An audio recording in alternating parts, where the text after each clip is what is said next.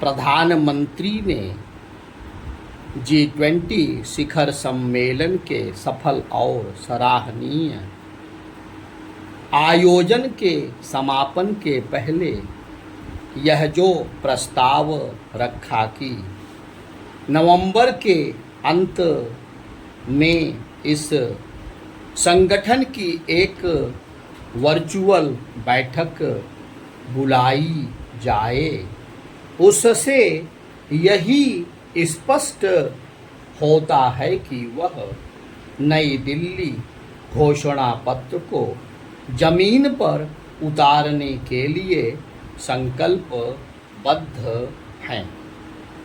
उन्होंने इसे यह कहकर स्पष्ट भी किया कि ऐसी किसी बैठक में उन विषयों की समीक्षा होनी चाहिए जिन पर शिखर सम्मेलन में सहमति बनी। हालांकि भारत ने अगले G20 शिखर सम्मेलन की कमान ब्राज़ील के राष्ट्रपति को सौंप दी है, लेकिन अभी उसके पास नवंबर तक इस संगठन की अध्यक्षता है। नई दिल्ली घोषणा पत्र में जिन विषयों पर सहमति बनी उन पर आगे कैसे बढ़ा जाए, इसकी चिंता इसलिए की जानी चाहिए क्योंकि आमतौर पर विभिन्न वैश्विक मंचों पर जिन मुद्दों पर सहमति बन जाती है उन पर अमल नहीं हो पाता। इसकी अनदेखी नहीं की जा सकती कि जलवायु परिवर्तन के दुष्प्रभावों से बचने के उपायों पर आम राय तो बनी, लेकिन उन पर अपेक्षित ढंग से अमल नहीं हो पा रहा है। यह भी किसी से छिपा नहीं कि संयुक्त राष्ट्र में जिन विषयों पर सहमति कायम हो जाती है उन पर भी काम नहीं हो पाता। शायद इसी कारण प्रधानमंत्री नरेंद्र मोदी ने संयुक्त राष्ट्र में सुधार की मांग पर एक बार फिर बल दिया। उन्होंने यह कहने में संकोच नहीं किया कि जो निकाय समय के साथ नहीं बदलते वे अपनी प्रासंगिकता खो देते हैं।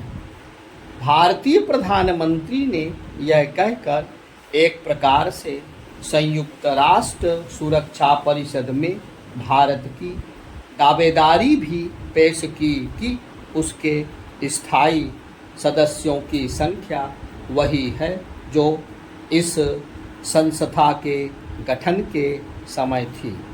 संयुक्त राष्ट्र का गठन 51 देशों के साथ हुआ था। आज उसके सदस्य देशों की संख्या 200 के करीब पहुंच गई है, लेकिन सुरक्षा परिषद में वही के वही 5 सदस्य हैं। यह अच्छा हुआ कि भारतीय प्रधानमंत्री ने यह रेखांकित किया कि यदि G20 को विश्व के समक्ष उपस्थित चुनौतियों का सफलतापूर्वक सामना करना है तो उसे उन मुद्दों पर काम करना ही होगा जिन पर सभी देशों ने सहमति व्यक्त की है। चूँकि भारत ने विषम परिस्थितियों में G20 के सदस्य देशों के बीच सहमति कायम करने का कठिन माना जाने वाला काम कर दिखाया, इसलिए विश्व में उसकी प्रतिष्ठा भी बढ़ी और दुनिया को यह संदेश भी गया कि विभिन्न अंतर्राष्ट्रीय मामलों में उसका सहयोग लेना आवश्यक हो गया है।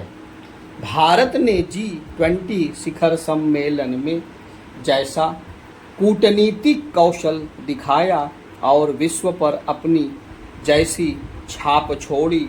उससे संयुक्त राष्ट्र सुरक्षा परिषद में स्थायी सदस्यता का उसका दावा और मजबूत हो गया है। इस दावे की मजबूती का एक आधार यह भी है कि भारत ने यह प्रदर्शित